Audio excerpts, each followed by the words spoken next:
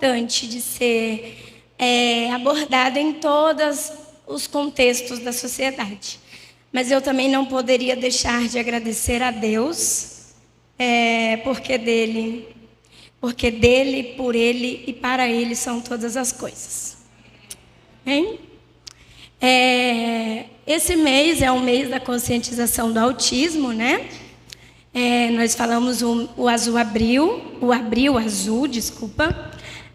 Eu sou Idiele Kelly, sou psicóloga, especialista em análise do comportamento aplicada. Já atuo na área de intervenção precoce com crianças do espectro autismo, já tem quase 2 anos. E o Senhor tem me capacitado dia após dia, e a glória para Ele. Eu vou começar com um vídeo, tá? A introdução, e aí posteriormente eu entro com as explicações.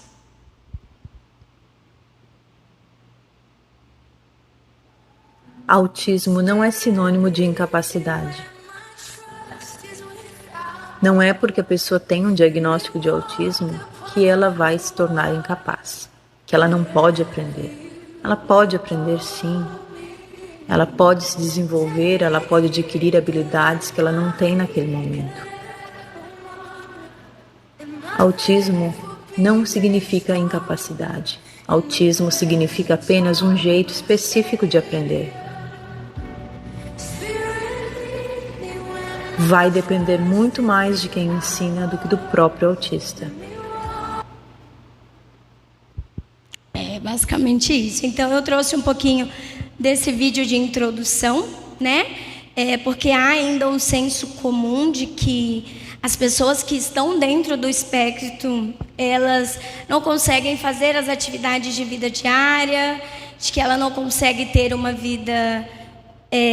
eu não gosto dessa palavra normal, né? Mas se usa muito a palavra típica, né? Uma vida típica. E aí a gente já entra também em um outro questionamento, né? Embora diferente do que muitas pessoas pensam e imaginam, o autismo ele não é uma doença, né? O autismo ele é uma condição.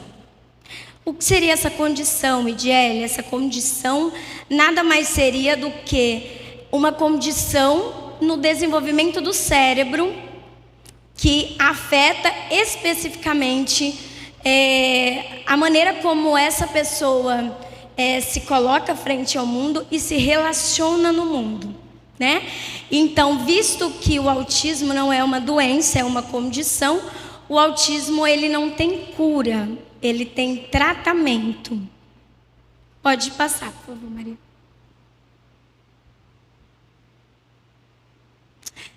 E agora entrando um pouquinho no que significa o autismo, né?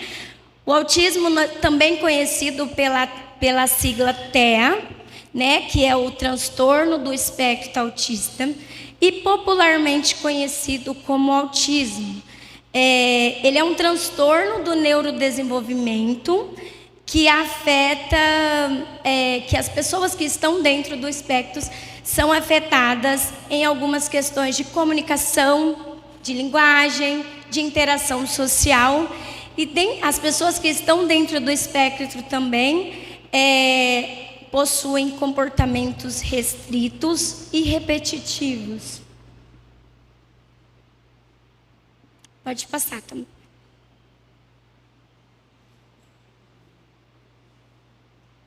E dentro do transtorno do espectro autismo, nós temos os níveis, né?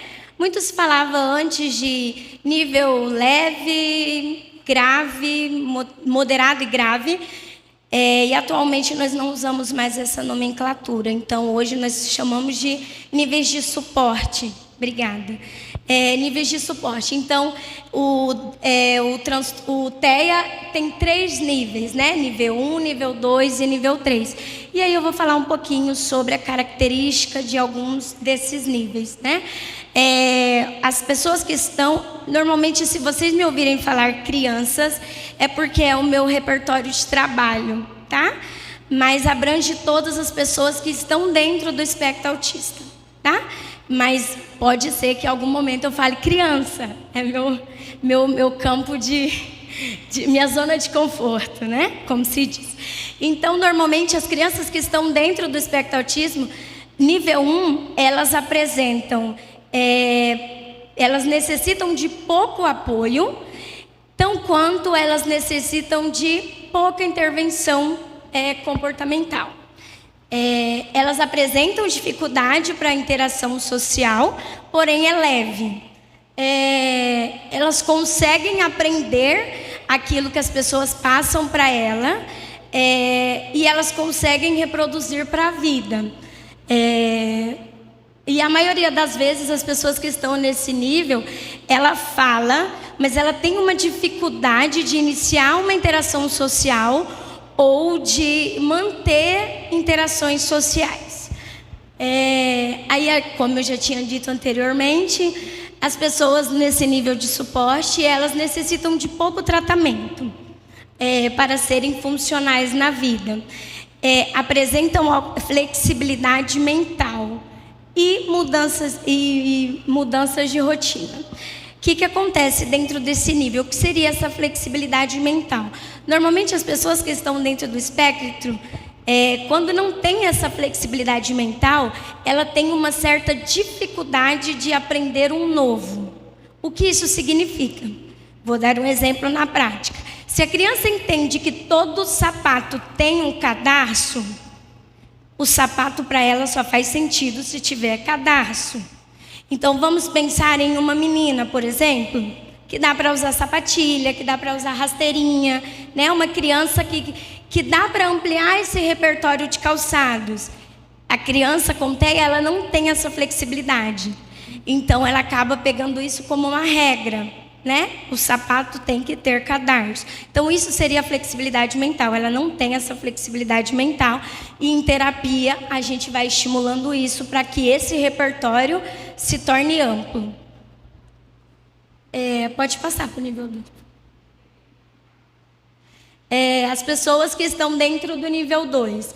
As pessoas que estão dentro do nível 2, elas precisam de mais apoio e mais intervenção terapêutica, né? Os déficits na interação social são mais significativos, são mais óbvios, e essas pessoas normalmente elas possuem dificuldade de se relacionar com outras pessoas, né? Mesmo ali com mediação e com a intervenção terapêutica também. É muito custoso para ela, alto custo de resposta, né? Os comportamentos repetitivos e restritos são óbvios, né, para outras pessoas. Então, normalmente, a pessoa do nível 2, as outras pessoas que estão ao redor, identificam mais esses comportamentos estereotipados ou comportamentos repetitivos. Mais para frente um pouquinho eu vou explicar sobre esses comportamentos repetitivos e restritos. E esses comportamentos repetitivos normalmente interferem no seu convívio social. Então é bem nítido que as pessoas que estão dentro do nível 2 apresentam mais esses comportamentos. Normalmente não gostam de serem interrompidos nos seus rituais e costumam ficar alterados quando isso ocorre, né? O que seriam esses rituais? Entra a mesma questão da flexibilidade cognitiva. Mas eu vou dar um exemplo na prática.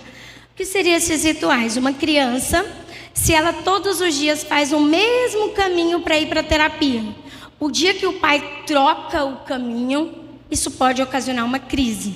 Por quê? Ela tem um ritual de passar pelo mesmo caminho.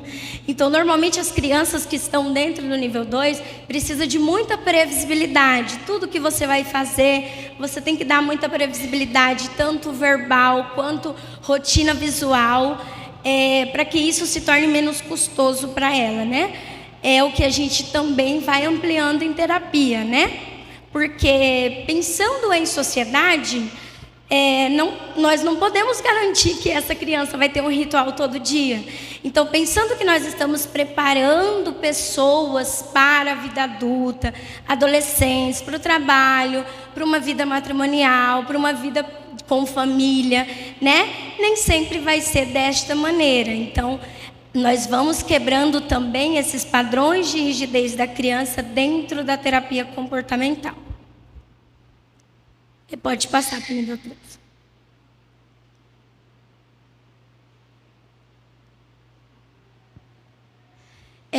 E as pessoas que estão dentro do nível 3, né? As pessoas que estão dentro do nível 3 é o considerado o autismo mais grave, né? Então, são pessoas que precisam de muito apoio, né? Mais apoio intensivo. Tem déficit na comunicação verbal e não verbal. Então, normalmente, essas pessoas possuem ausência de fala, tal quanto comunicação não verbal. Então, essas pessoas não gesticulam, não apontam, não fazem a comunicação não verbal básica, né? E a interação com outras pessoas é muito escasso ou não existe. Raramente não existe. Os comportamentos estereotipados, repetitivos e restritos interferem em todo o contexto da vida dessa pessoa, mesmo essa pessoa recebendo muito tratamento. Mesmo nós, em terapia, dando função para esses comportamentos repetitivos, essas pessoas do nível 3 têm uma maior dificuldade em funcionalizá-los. E os sintomas dessas crianças normalmente apresentam maior gravidade.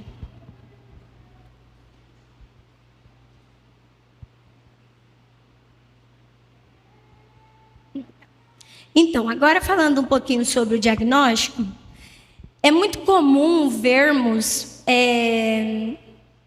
quando a criança chega até nós, o primeiro profissional que a família procurou foi o fonoaudiólogo. Por quê? Uma das características do transtorno do espectro autismo é a ausência de fala.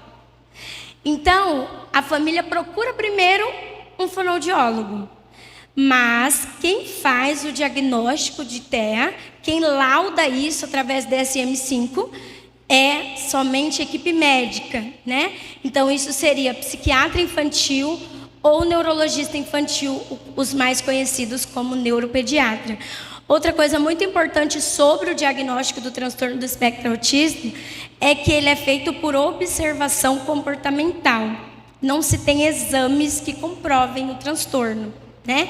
É muito comum a gente ver pais falando, relatando para nós: olha, Wid, mas pediu tal exame específico. Normalmente, quando a equipe médica pede exames, né,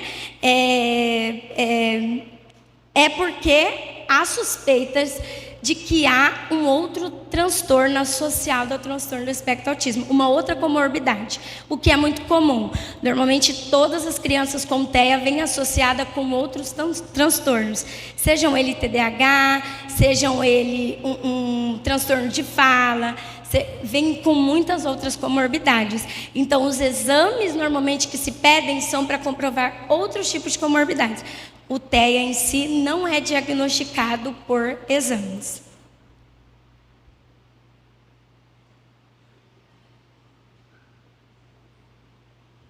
Então, e aí dentro do transtorno do espectro autismo, entrando um pouquinho nessa parte de diagnóstico, tem dois pontos muito importantes dentro dos critérios diagnósticos.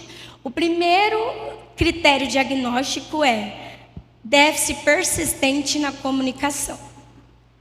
E o segundo é a presença de comportamentos repetitivos e restritos.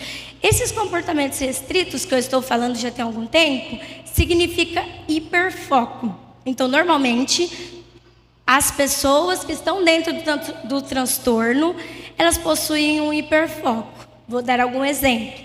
Então, existem determinadas crianças que são hiperfocadas em carros. Elas sabem absolutamente tudo de carro. Tudo. Todos os tipos de carro, todas as marcas de carro, peças de carro, pneus para carro, tudo que você imaginar é o hiperfoco dela, ela aprende. Tal quanto existem crianças que têm hiperfoco em dinossauros. Então, ela conhece todos os outros tipos de dinossauro do mundo. Às vezes, pega até a gente de surpresa, porque chega: tia, esse aqui é o tal. Meu Deus, eu não sabia. Ó, tia, não sabe ainda, mas depois a gente vai conversar sobre isso, né? Então, eles tendem a isso. E é um mito também, porque a gente escuta muito dizer que as crianças que estão dentro do transtorno são hiperdotadas. Não é que são hiperdotadas.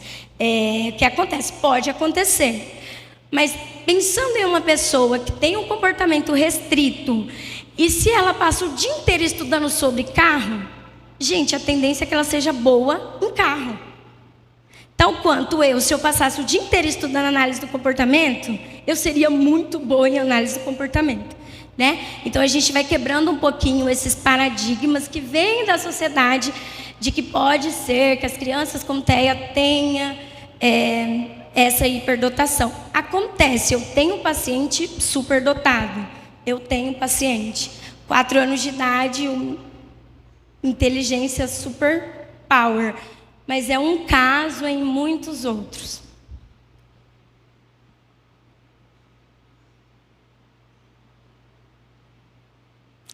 Agora falando um pouquinho sobre as causas do autismo, né? Então, ainda não se tem uma causa específica, né? Estudos, a literatura, ela mostra muito que há uma predisposição genética, né? Mas isso, na verdade, a causa do autismo ela é multifatorial, não é só uma causa, né? Então, em muitas literaturas você encontra dizendo que as causas do autismo é multifatorial, tão quanto essa predisposição genética, tão quanto questões ambientais. O que seriam essas questões ambientais? Um déficit no ácido fólico na gestação da mãe, né? Uma mãe que teve uma complicação durante a gestação, né? Mas ainda não há um gene que foi descoberto para isso, né? Então, outra causa que também pode muito acontecer, crianças que possuem epilepsia, esclerose tuberosa, né, meningite, né? Então, elas tendem mais a desenvolver o autismo, a terem o autismo.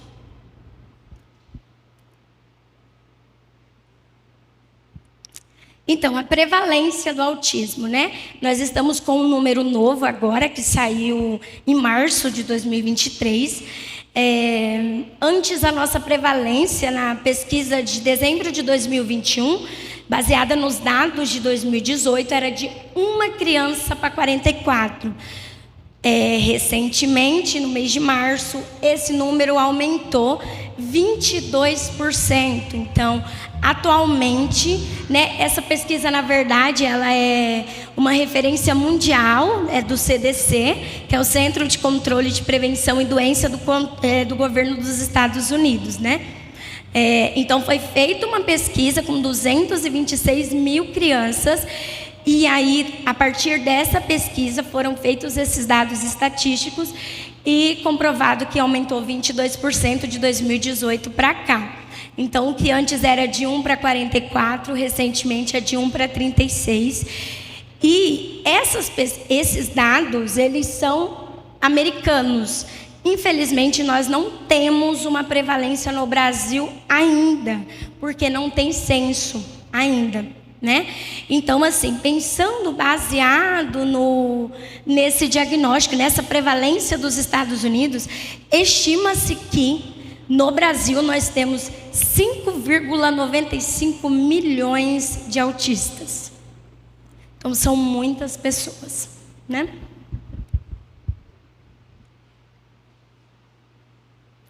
E aí, falando um pouquinho do tratamento, né? O que é esse tratamento? Esse tratamento, na verdade, eu coloquei a equipe médica ali mesmo só para dar uma ênfase, mas a equipe médica entra mais como uma questão diagnóstica, né? E aí, posteriormente, as outras equipes vão entrando como o tratamento do autismo. Hoje, os profissionais são psicólogo, terapeuta ocupacional, fonoaudiólogo, mas não deixando de falar também sobre nutricionista, pedagogo, psicopedagogo. Isso vai depender da demanda que o médico vê a demanda necessária da criança. Mas a equipe base hoje, para se começar um tratamento, é aquela que está exposta ali. Mas a maioria das crianças, dentro do transtorno, elas fazem acompanhamento com psicomotricista, com psicopedagogo, com pedagogo, né? Que são os profissionais que acompanham na escola, com nutricionista, porque muitos têm a questão da seletividade alimentar, né? Então, essa é a equipe mínima, mas é uma equipe muito ampla.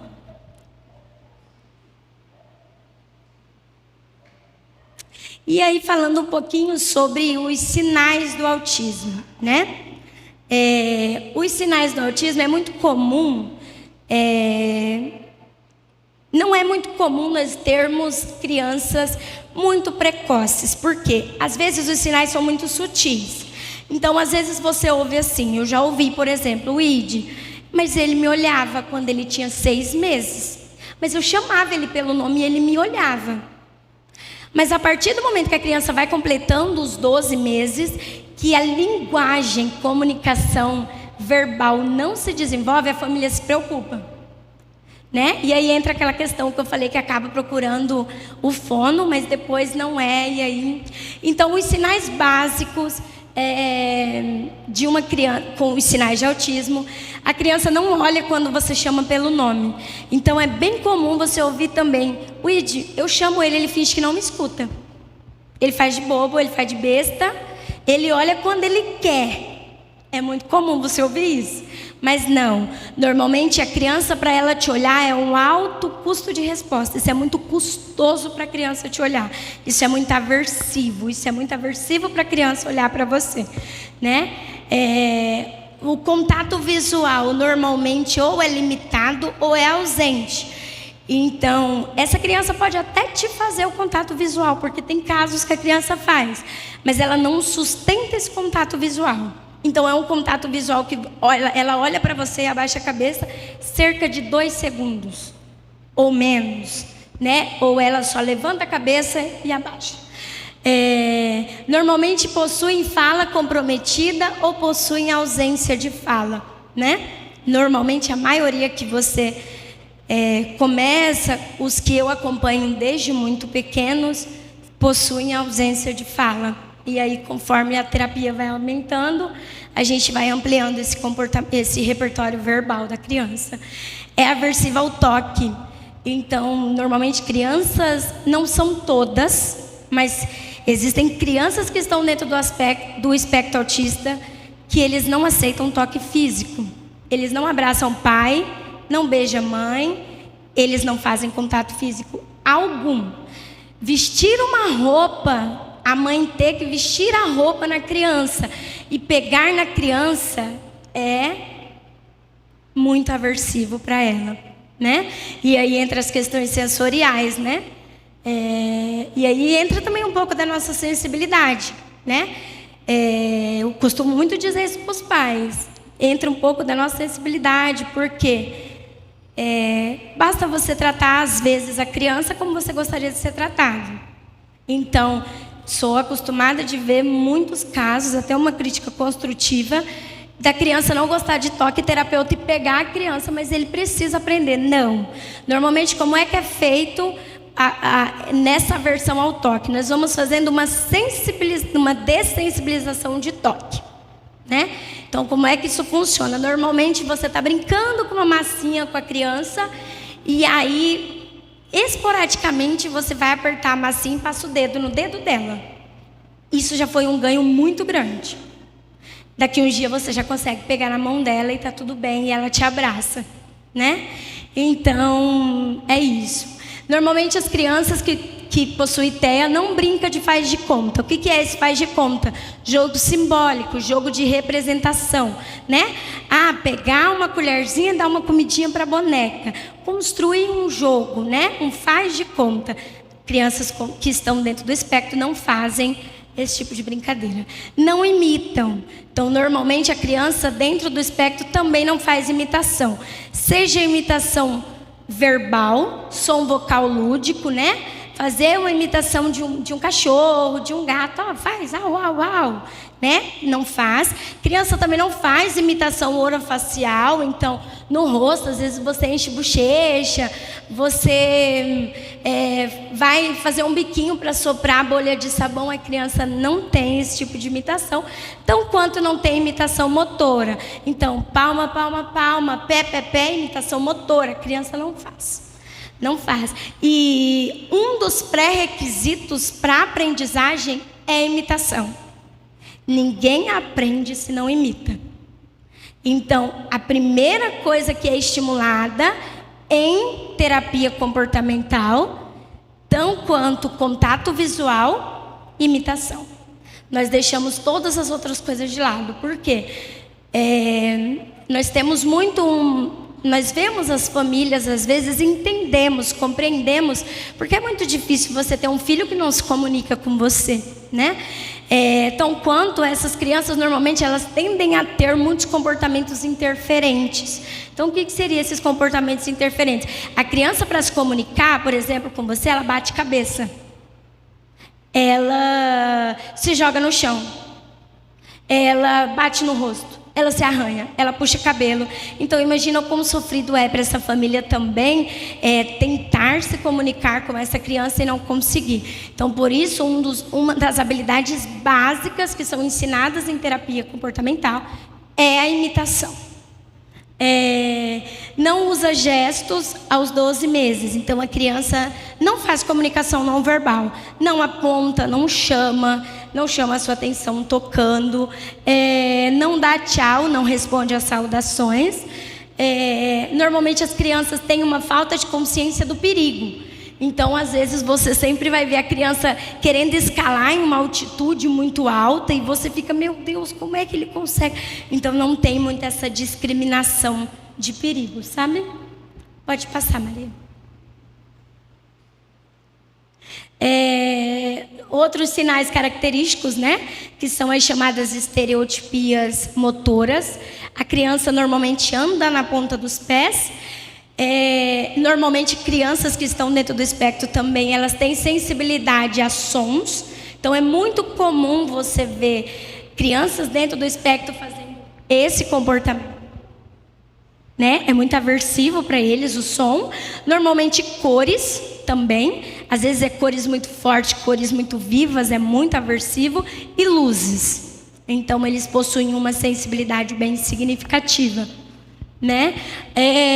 Normalmente você vê muita dificuldade deles se relacionar com pares da mesma idade. Então, normalmente não brinca com crianças da mesma idade, né? E às vezes a gente até escuta muitos relatos do pai falando: nossa, mas ele brinca muito comigo. Mas ele brinca com adulto, com criança não.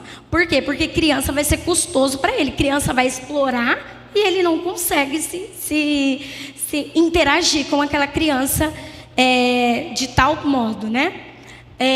Então, normalmente, algumas crianças apresentam hiperatividade, né?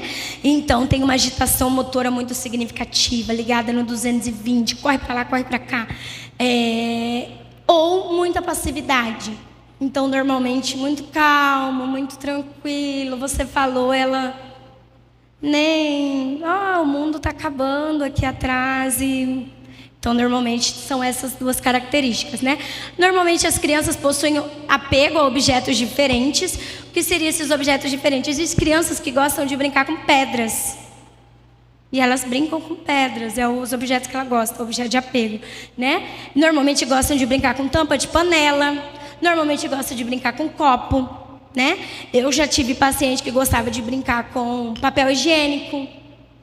Então, na casa tinha que esconder o papel, subir, porque senão ele ficava horas e horas enrolando o rolo de papel higiênico. Normalmente as crianças são hiperoral, então tudo que elas pegam, ela coloca na boca, né? Então tem essa busca oral bem significativa. Ali eu acho que eu acabei repetindo. Erros de produção, sabe? Pode passar, Maria. Normalmente faz flapping, né? O que significa o flapping? O flapping são os mexer com as mãos. É muito comum ver flapping em filmes, seriados que tem pessoas autistas, né? Então você vê que eles estão sempre assim, ou movimentando o corpo para frente e para trás. É uma forma de se autorregular, né? Normalmente as crianças também tendem a ficar horas observando as mãos. Olha para um lado, olha para o outro, mexe os dedos. Então ela tem esse costume esse comportamento de ficar observando as mãos. Falta de reciprocidade social, então não responde à interação social com o outro. Ignora quando se aproximam dele para brincar ou conversar. Muito comum crianças com TEA, até mesmo em processo de avaliação, né? Quando eu vou avaliar um paciente, ele está tranquilo e a gente vai começando por aproximação sucessiva, né? A gente não chega impondo nada para a criança, chega narrando, entrando na dela, mas é muito comum eles se virarem para a parede e ficar por minutos ali, porque ele não quer fazer a interação social, né? E aí a gente se afasta, deixa o tempinho dele, espera um pouquinho e posteriormente tenta novamente uma interação. Normalmente as crianças com TEA também possuem objeto de apego nas mãos.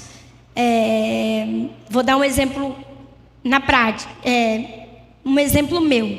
Eu tenho uma pequena que eu atendo, que ela divide a bolacha em muitos pedacinhos. E aí ela sempre está assim. É um objeto de apego. Ela tem a necessidade de ter alguma coisa entre as mãos, né? Então a gente sempre evita estar com brinquedos com pouquinhas peças dentro da terapia, porque a gente já sabe que a gente vai ter que manejar isso, né? E é um dos comportamentos, acho que um dos manejos mais difíceis de fazer. É o tirar o objeto de apego da criança. Então, quanto esse objeto de apego não precisa ser necessariamente algo tangível. A mamãe pode ser objeto de apego, o papai pode ser objeto de apego, o cachorro da casa pode ser um objeto de apego, né? Então, é uma terapia aí que requer um pouco de tempo, paciência e tudo mais, para a gente ir extinguindo esse comportamento. E aí, falando um pouquinho sobre as estereotipias, né? As estereotipias nada mais são do que os movimentos estereotipados, que são os comportamentos repetitivos que eu estou falando desde o início, né? Para nós, é sem propósito, sem função para nós, né? A pessoa que vê, fala, meu Deus, por que a pessoa está fazendo isso, né? Ou finalidade específica, a gente não acha que tem uma finalidade específica, né? Mas estudos, eles garantem que as estereotipias, elas são divididas em 3. Estereotipias motoras, que seriam as estereotipias motoras. Flapping, fazer flapping com as mãos. Movimento do corpo para frente e para trás. Criança girar sobre o próprio corpo, então a criança fica virando sobre o próprio corpo, girando, girando. Outra estereotipia motora, andar na ponta dos pés, né? Muito comum você ver as crianças andando ou dando pulinhos inespecífico. Ela vai pulando. E isso são caracterizados como estereotipias motoras. Estereotipias verbais. As estereotipias verbais, elas seriam as ecolalias.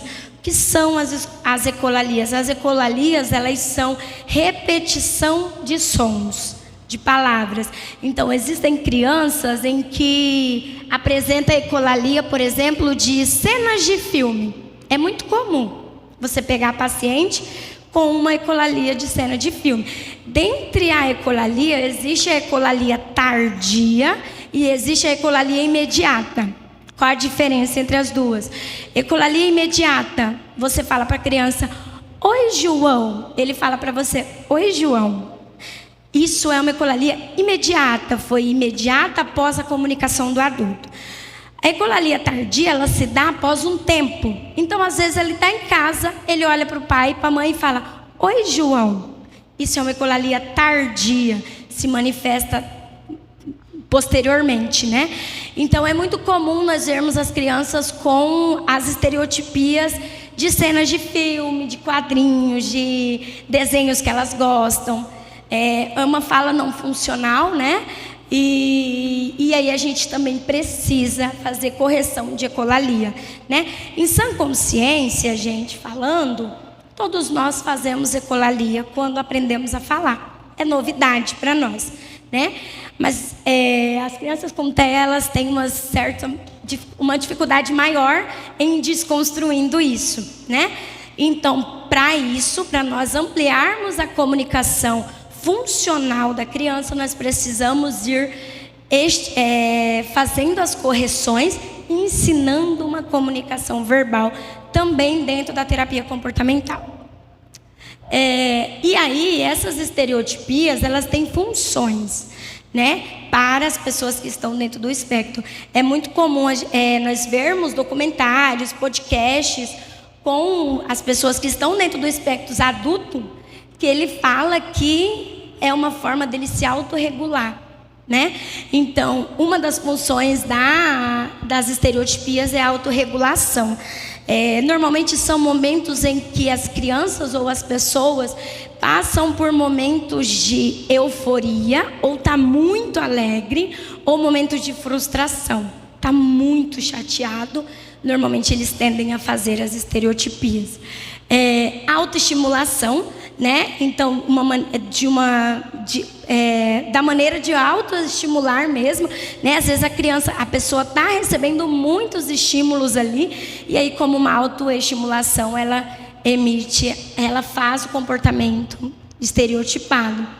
E as outras funções poderia ser a fuga e a esquiva, que nada mais é do que... Normalmente nós tendemos a dizer que a fuga e a esquiva é quando a criança não quer fazer algo, ou não quer fazer determinada atividade, ou até mesmo o adulto não quer estar em algum determinado lugar. Então, normalmente, eles tendem também a fazer as estereotipias.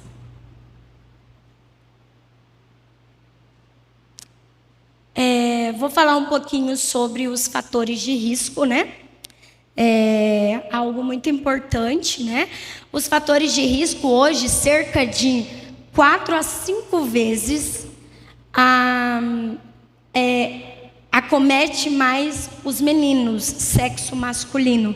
Existem meninas que têm, mas os meninos, eles são mais propensos a terem o autismo. Questões genéticas, então, famílias que já possuem alguém ou algum histórico dentro do transtorno do espectro autista, eles tendem a ter outra pessoa autista na família. Normalmente, os estudos também apontam que de 10 a 20% de pais autistas têm filhos autistas. Condições de saúde, então, normalmente crianças com condições de saúde, né, problemas de saúde mais específicos, ou como crises convulsivas, epiléticas, né, recorrentes, a esclerose tuberosa, eles tendem também a ter mais risco de desenvolver o autismo, né? E uma coisa que eu acho muito significativa é a idade dos pais.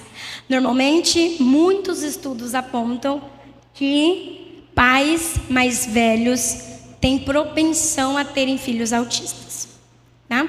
Ainda não se tem um estudo de qual é a idade desses pais, mas é muito, hoje, analisando o contexto em que a Larissa também é profissional da área, estamos inseridos, é muito comum, a gente bate o olho nos pais e alguns são muito de idade já, e aí a gente realmente entende que os estudos estão corretos, têm equivalência. E agora falando um pouquinho sobre a terapia ABA, né? A terapia ABA é a terapia em análise do comportamento aplicado, né? Hoje, pelos profissionais da saúde, a terapia ABA é considerada o padrão ouro em terapia para crianças dentro do espectro. Isso não quer dizer que outras terapias também não dão certo, né? Mas como a gente costuma dizer para os pais e orientar, podem procurar outra, mas procurem terapias que têm base científica, embasado cientificamente, que teu filho vai evoluir, que teu filho vai ter evolução e que vai valer a pena você pagar, porque não é um custo barato, é muito alto. Mas, então, se a família procurar uma equipe, um profissional que realmente aplique, baseado pela ciência, é isso que nós queremos. A aplicação da ciência é aplicada a todo o contexto totalmente relevante, né? Então, falando um pouquinho da análise do comportamento aplicada, a base da análise do comportamento aplicada é o estudo do comportamento humano. Então, em todo lugar, se nós estamos em contextos totalmente relevantes, em todos os lugares que tem pessoas, existe comportamento. Em todo lugar que existe comportamento, existe terapia ABA. Então, a terapia ABA hoje, ela não se restringe somente ao ambiente clínico. Normalmente, as nossas terapias com os nossos pequenos são em ambiente domiciliar, nós atendemos em casa, nós atendemos em escola, nós atendemos em clínica. Então, quanto o eu estou com muita dificuldade do meu filho na igreja, vou na igreja também, vou ajudar a manejar lá na igreja, né? Já acompanhei pacientes em igreja. Não consigo levar meu filho no shopping. É muito real. Tão quanto é muito real você ver famílias que não têm interação social, elas se restringem a ter uma interação social. Então, o filho não vai no shopping há 4 anos. Tem 4 anos que a família não vai no shopping. Porque a família vive por aquela criança. E se é algo muito aversivo, por que é que eu vou levar o meu filho para isso? Então, a gente também faz terapias em outros contextos também. Baseadas em evidências científicas comprovadas, né? A terapia ABA é comprovada por estudos, que como eu disse, a terapia eficaz no tratamento do transtorno do espectro autista.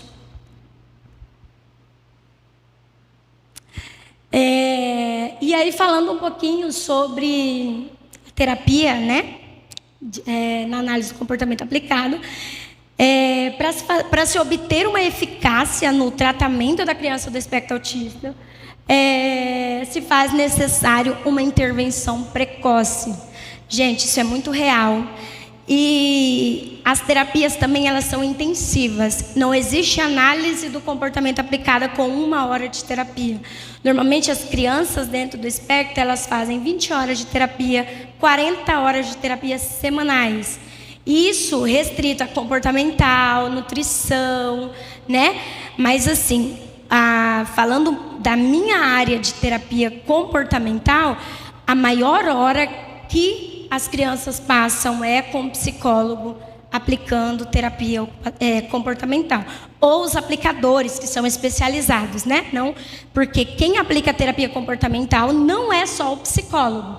Ainda se tem um senso comum das famílias achar que é só o psicólogo que pode fazer isso. Obviamente, nós entendemos um pouco mais de questões psíquicas, tem tudo isso. Mas isso não restringe, por exemplo, a minha amiga Larissa é nutricionista e é uma excelente aplicadora de terapia comportamental, de programas de comportamento, né? Então, isso não se restringe, a gente só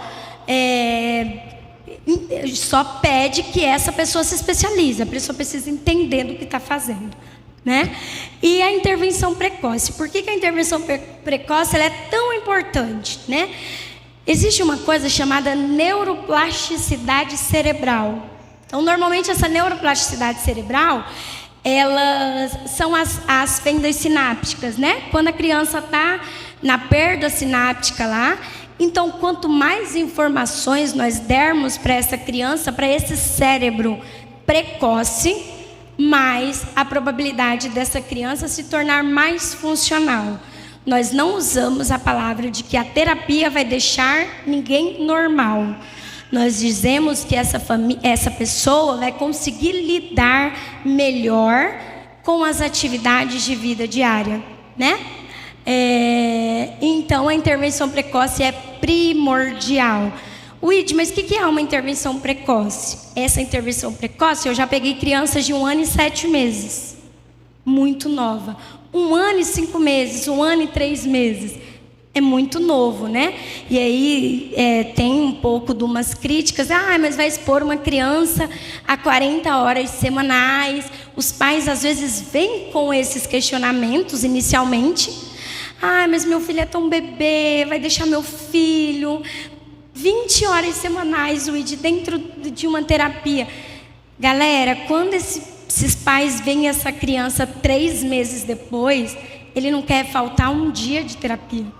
Porque era uma criança que só batia a cabeça, e hoje a criança já fala: mamãe, papai, pede água. Sobe e desce, comunicação verbal, comunicação não verbal. Eu sou meio suspeita de falar, porque é meu peixe que eu estou vendendo, né? Mas dá muito certo, gente. A análise do comportamento funciona mesmo. É muito lindo ver a evolução de todas essas pessoas. Outro muito relevante é a equipe multidisciplinar sempre alinhada em prol do tratamento dessa criança, desse sujeito, né? Então, Luíde, você é psicóloga. Gente, eu preciso entender de terapia ocupacional, eu preciso entender de fono, eu preciso entender um pouquinho de nutrição, eu preciso entender de toda a equipe. Por quê?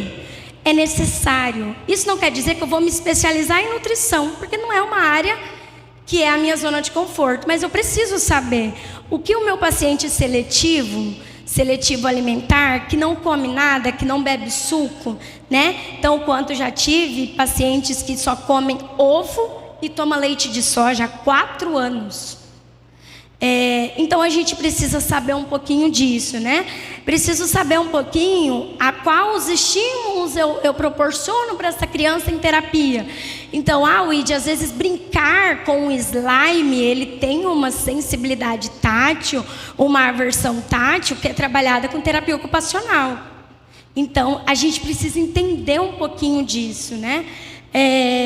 Então, quando um paciente não fala, Luíde, não está desenvolvendo a fala, deve ter uma apraxia de fala, eu preciso entender de fonoaudiologia também, né? Obviamente, como eu falei, não é algo que eu preciso saber profundamente, mas que eu sou a louca da equipe, eu vou acompanhar o atendimento de todo mundo, se deixarem eu vou.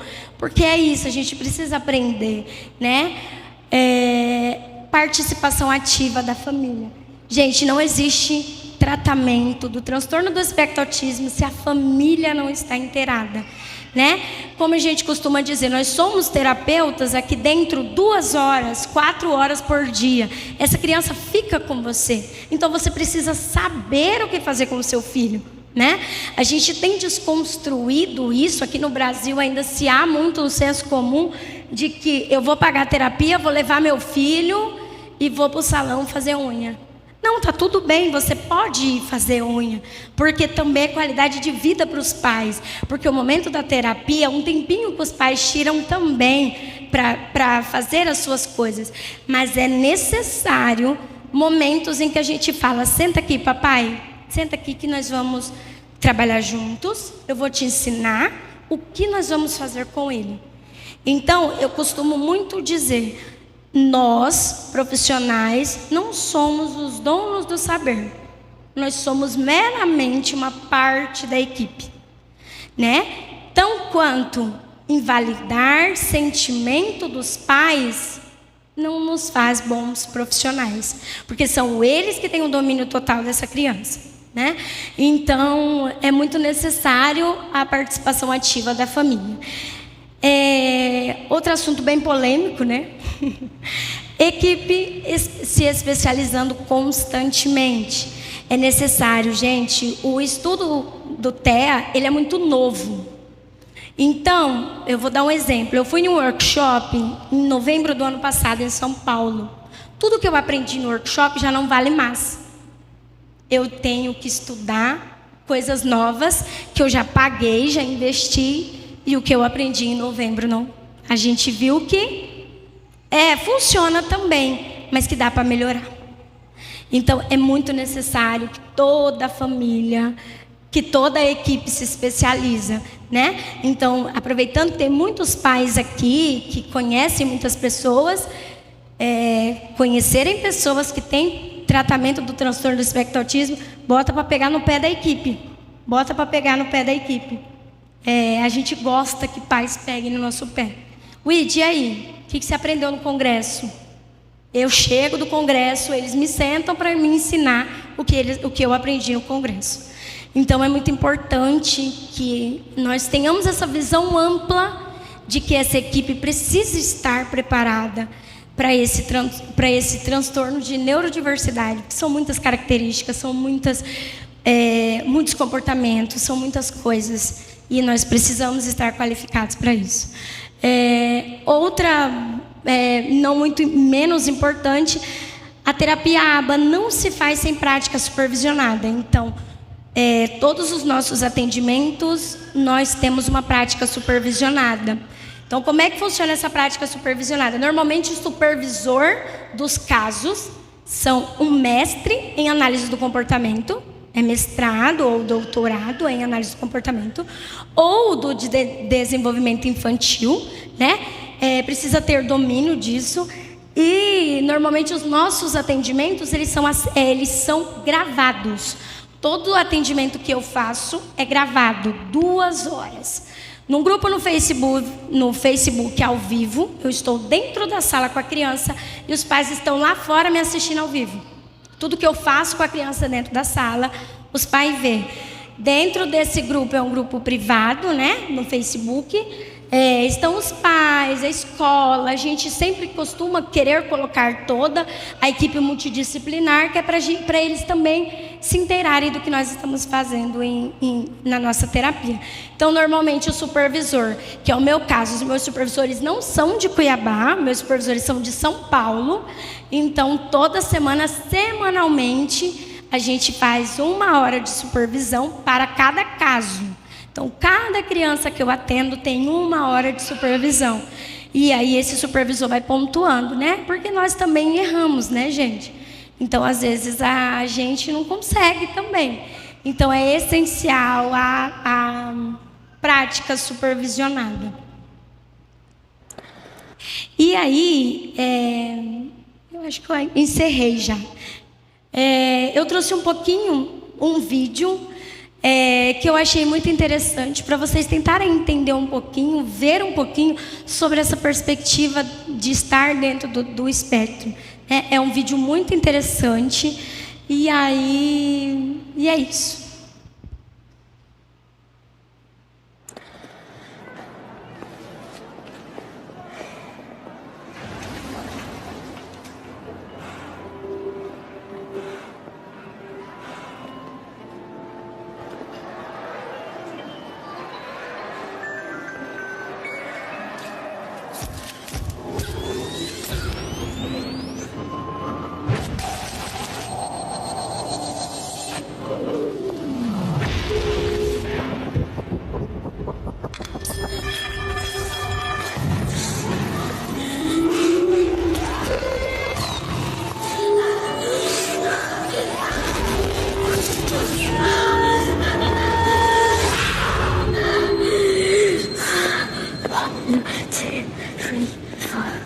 Six, 7, 8, 9.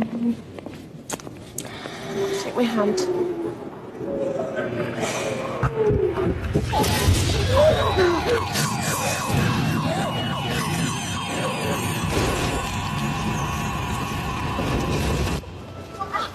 No, Alex. No, it's fine, isn't it?